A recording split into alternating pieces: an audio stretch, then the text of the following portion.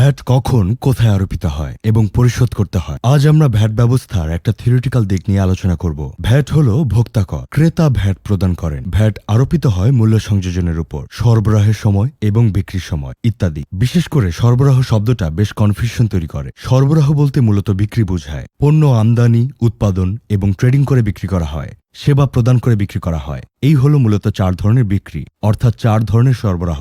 VAT আইনের ধারা 33 অনুসারে ভ্যাট প্রদেয় হবে 4টি ঘটনার মধ্যে যে কোনো একটি ঘটনা ঘটলে। তাহলে সংক্ষেপে বলা যায় যে মূলত আমদানি, উৎপাদন এবং ট্রেডিং করে বিক্রি এবং সেবা প্রদানের সময় ভ্যাট পরিশোধ করতে হয়। এই বিষয়ে বিস্তারিত জানতে ও সব রকমের ট্যাক্স, ভ্যাট ও কোম্পানি রিলেটেড সেবা নিতে আমাদের সাথে যোগাযোগ করতে পারেন। Mahmud and Associates, 4/7-8 Eastern Trade Centre, ৫ম তলা, 56 Nayapaltan, VIP Road, Dhaka ১০০০। VAT কখন